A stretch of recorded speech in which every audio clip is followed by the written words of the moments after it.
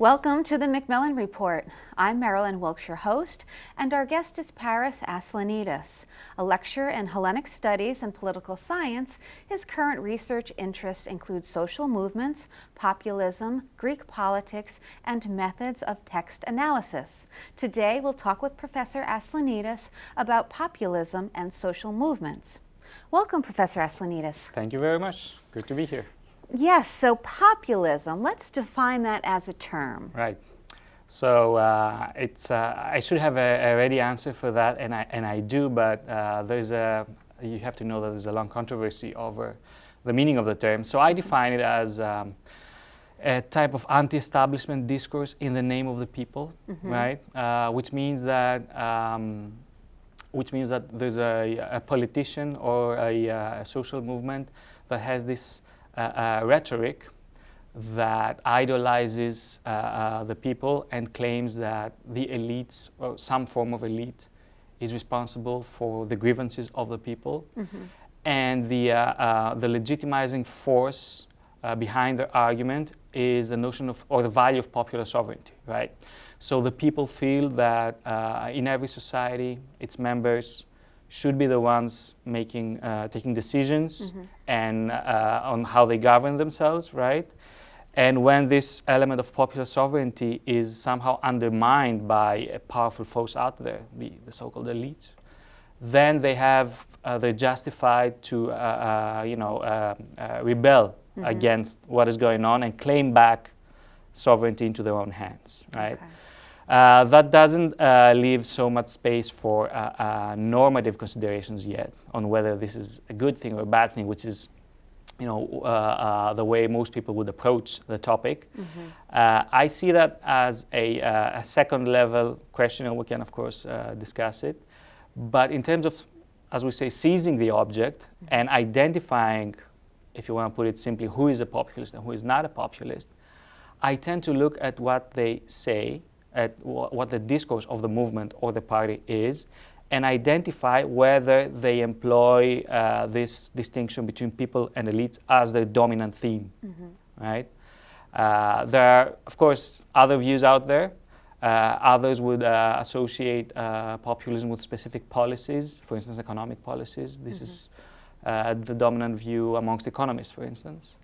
Others would see populism as having to do with undermining liberal democracy, right, and its institutions. Others see it as a strategy that there are savvy politicians out there. They know this works and they use it cynically in order to attract voters. So there's a constellation of different views out there. Yes. One of them, the group of thought which I subscribe to, is the one that sees populism as a discourse. Okay.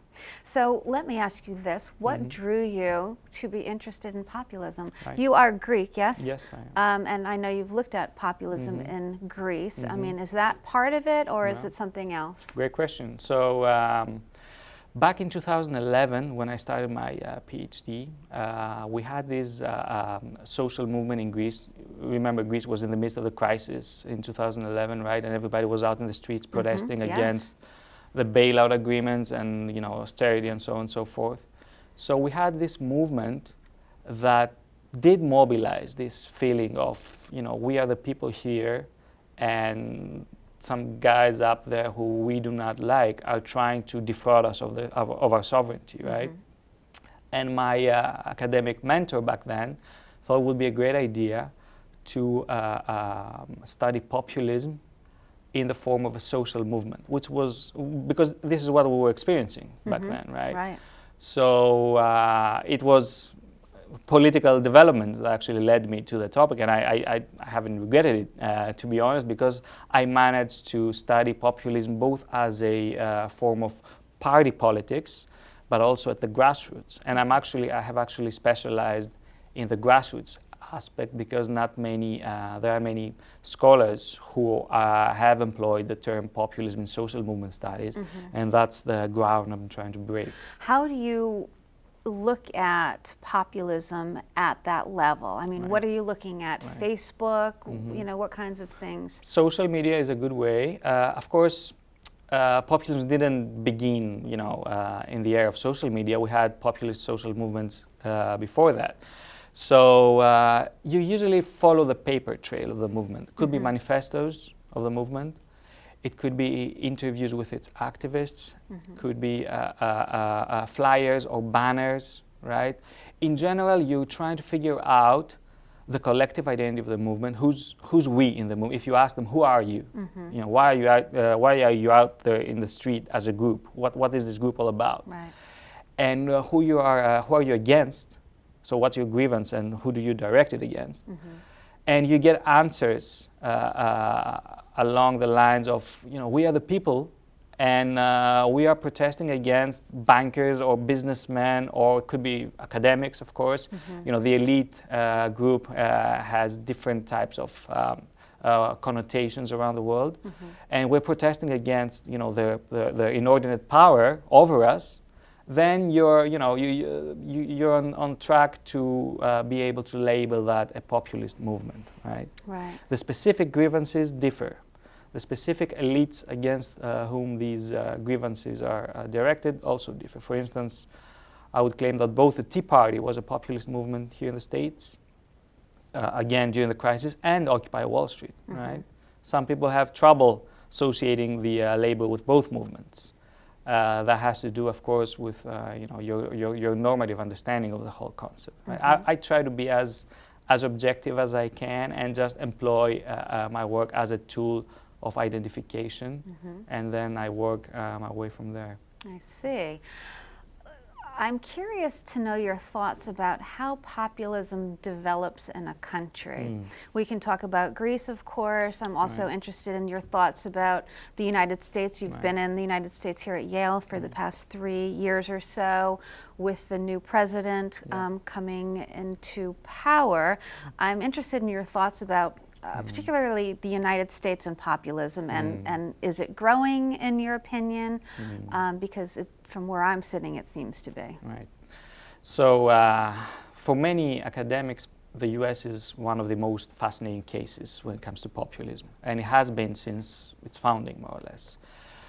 Many would tell you that the US was founded as a populist republic up to a point, because the notion of popular sovereignty is very strong in this country, right?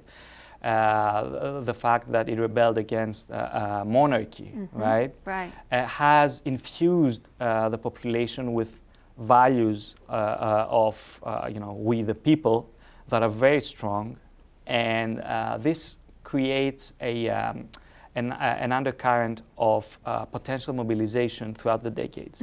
So it's the same with every other country out there in the world where its population feels entitled to claim that power should be in their hands, right? So whenever a certain part of the population feels that this is not happening for X or Y reason, they might be right, they might be wrong, right? So if they feel that somebody is trying to defraud them of their power, there's always an element of opportunity for political entrepreneurs to mobilize that feeling, right? It could be a leader, as in the case of Donald Trump, who portrays himself as an outsider of the political system. That helps, right? If you're part of the elite, or if you're part of the establishment, it's difficult to mobilize these feelings. But in that instance, it's curious to me, because while he claims to be an outsider of politics, he still is a very wealthy white man, which is really outside of the norm for the majority of this country.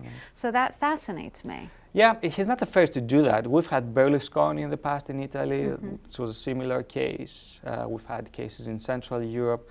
So it doesn't matter who you are or where you come from. What matters is how you manage to sell that, right? So Trump manages to sell that outsider persona of his with another important pillar, especially for American politics, which is being a successful businessman, because he knows how things actually work out there. He has made money, so he can prove that he knows how things work, which is, which contrasts with how politicians understand the world. They know, because they know nothing about how businesses actually work, and I'm the one who will, manage to produce growth for this country, right? So even though he's very wealthy, he has managed to use that as an element of his outsider status rather than being a disadvantage for him. Right. So this has to do with the bigger notion of constructivism in politics, right? It's not only about who you actually are or what actually your policies are. Political communication plays a large part in the whole story. So I guess he was successful in selling a story that worked. Right, right. I'm curious also your thoughts on, again, how populism develops in countries. And I think, do you think that fear plays a role in how populism develops, and particularly with what is going on pretty much all around the world with immigration and having new people come into your country that you might not be comfortable with? How do you see that playing? Right. Xenophobia and populism, or nationalism and populism, that's a very difficult topic. There's some conflation between the terms here, and it depends on which part of the world you're coming from. Your experience with populism in power, in politics in general, more or less conditions the way you see the term. So if you're a Latin American, xenophobia or nativism has nothing to do with populism. Populist leaders in Latin America have traditionally been left-wing, and nativism played no part in their political success. Okay. If you come from Europe, Western Europe particularly, most populist parties tend to be on the right or on the radical right, and immigration, especially in the past 30 years, has become an important issue. So populism and xenophobia are two completely different things. They don't have to be together in order for a populist politician to emerge. But of course, you have many cases of politicians who employ both populism on the one hand and xenophobia on the other. So they manage to trigger different values out there in the population, or different attitudes. One of them could be the notion that they're losing power as citizens. The other one could be that part of that is the fact that our country is allowing all these illegal immigrants to come in and take our jobs, for instance, right? There are two different aspects. So there's a lot of talk about populism rising lately. But I would say that populism is a small part of what is going on. Most of it, especially in the West, has to do with nativism rather than populism rising to the forefront of politics. And sometimes it's good to be precise in how we use these terms, because if we assign everything to populism, then there might be another danger out there that's even more important, and we're losing sight of it, right? Right. So I wouldn't be ready to concede nativism to populism. You can have populist movements or parties that have nothing to do with nativism. But of course, it's a large part of what's going on out there. Right, okay. And do you think populism will continue to grow throughout the world, or do you think perhaps not? What are your thoughts there? Right. That's a great question. So populism comes in waves throughout history. And what, before, I'll stop you there, and why? Why do you think that is? Because the people cannot be mobilized every year to feel like they're losing power, right? There has to be a trigger, there has to be an agent who successfully constructs a story. We tend to look at successful cases of populist politicians, but there are so many unsuccessful instances, right? Politicians are trying to mobilize this feeling every month or in every campaign, but they don't always manage to do that, right? Or they do that with little success. So the big story is when somebody manages to use populism as a dominant theme in their campaign, right? And this cannot happen in every campaign. It can happen every 20 years or 30 years or 15 years. It has to do with the economy and how the economy is faring, right? Why do these people feel weak, or do they feel fear, right? Is it because there has been a great recession? Remember the Tea Party and Occupy Wall Street, they both emerged during the Great Recession. So for some people, there's this notion of the losers of globalization or industrialization in the past, Sure. right? So whenever there's a part of the population that, for X or Y reasons, feels that they're not legitimate, they are not seen as legitimate members of the country, of the society that they helped build, then they will be more, let's say, vulnerable to the populist argument. Right? So this is why it keeps coming up every now and then. I think it's always going to keep coming up. As a famous scholar of populism, Margaret Conovan, put it in the past, populism is kind of like a shadow of democracy, right? So it helps the church keep going, right? Because if we take away this notion of popular sovereignty from the whole notion of democracy, then we're left with a very dry concept, which is very technocratic, and it won't be able to mobilize people in feeling that democracy is a good thing.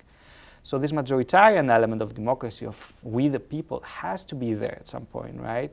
And of course, in dangerous times, it can be mobilized by people who will lead societies down dark paths. Right. In other times, it can be mobilized for good reasons.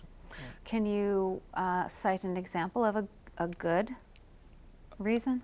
Right, it's a great topic. So you can imagine that there is a country out there where elites have indeed managed to win power, and the people are suffering, right? Plenty of them. Right, plenty of them. So in those cases, a populist movement would be legitimized, right? Would be a legitimate way to try and tell citizens that they need to do something about it. Specific cases, well, it all has to do with, I guess, your ideological leanings, right? So if you ask a Trump voter today, he will tell you that Trump's populism was a good thing, right? In the past, we've had left-wing populism in the States as well. We've had Huey Long in the 30s, right? We've had even the People's Party or the Populist Party back in the 1890s. You could see that as a left-wing movement. You've had McGovern in the 70s. Many people claimed he was a prairie populist, as they put it, right? And now you have Bernie Sanders, right? For many on the left, Bernie Sanders is a healthy populist element in our political system, right? So the fact that you just claim that we need to do something against those elites in Wall Street or wherever is not necessarily a bad thing. Your judgment should have to do with the actual policy that the party or the movement emphasizes as a solution to the problem. And to be honest, I think that most politicians out there employ a little bit of populism in their discourse. And I should have mentioned that at first. I don't see populism as a black and white thing. It's not like you're either a populist or you're not a populist. And my work is based on that. It's a gradated concept. So all politicians employ populism, right? The question is whether some of them turn that into a dominant theme, which would allow us to call them populists easily, as a shortcut at least. Right. But the fact is that populism exists both with good politicians and bad politicians, right? Okay, well, this has been fascinating. Thank you for clarifying the term populism, because I think it is thrown around and I don't think a lot of people truly understand what it means. So thank you for that and being here with us today and sharing your work. Thank you very much. Okay. For more information about Professor Aslanidis and his research, please visit our website at macmillanreport.yale.edu. Be sure to join us again for another episode of the Macmillan Report, made possible through funding from the Whitney and Betty Macmillan Center for International and Area Studies at Yale.